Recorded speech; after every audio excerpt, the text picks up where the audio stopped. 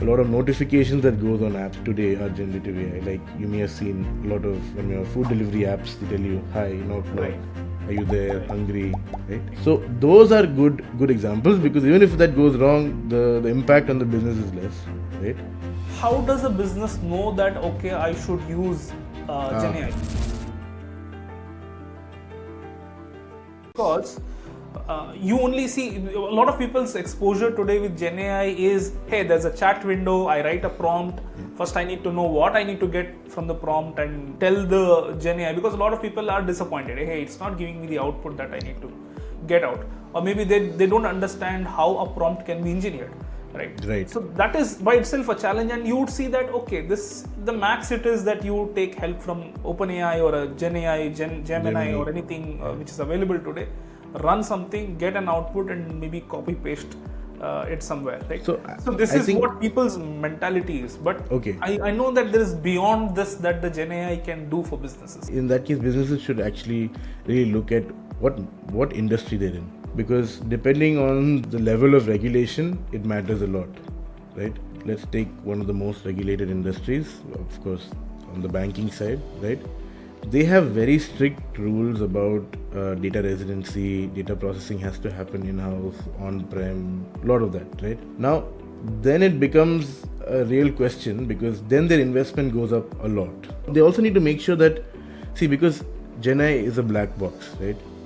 Even the leaders of, like, somebody asked Sundar Pichai that, is there somebody checking what it's saying, what it's not saying? And his first response was, there is a big amount of black box architecture to this. So after you train it on, a couple of hundreds of thousands of terabytes, there is really not much you can do to exactly figure out what it will respond, right? So it's almost like a mini brain where you can't predict what the other person will say, right? Yeah. So almost like that, not exactly like that. You can't predict what it can say. Whereas the chatbots of maybe 5 years ago, or 3-4 years ago rather, that it's fully programmed, right? It's based on these intents have to have this output. These entities are recorded as ABC, something like that, right? But today you don't have that, because a lot of it is depending on the context about what information you provided. So highly regulated businesses will be wary, and rightfully so. There was an example where there was an airline provider, I think in Canada, and they have a policy that if you are flying for a grievance, for example, your relative or someone has passed away, you're eligible for a free flight, right?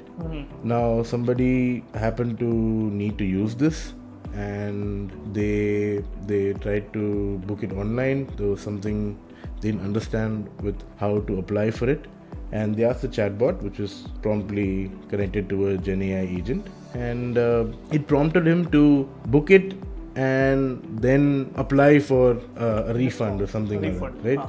And I think there were some terms about how you can, how much, what dates or something, right? So that information did not come across right, and the person could not get a refund, and they took the airline to court. Okay. Right, so now this is a whole legal battle which involving lawyers and PR and a lot of different things. So this is one of the examples where if you don't have the downside if something goes really bad, like you need to have some sort of risk appetite when it comes to the output here, right? It cannot be an industry where there cannot be a single mistake ever, right? When you respond back to your customer, I don't think those industries would be adopting it right now. And also those industries are hierarchically quite vast also, so to go through, by the time they implement it, I think the next gen of AI will come out. So those kind of businesses will sort of slightly struggle initially, but on the other hand, they can use it for, they would have internal apps and stuff like that, right? They could use it for improving customer experience there.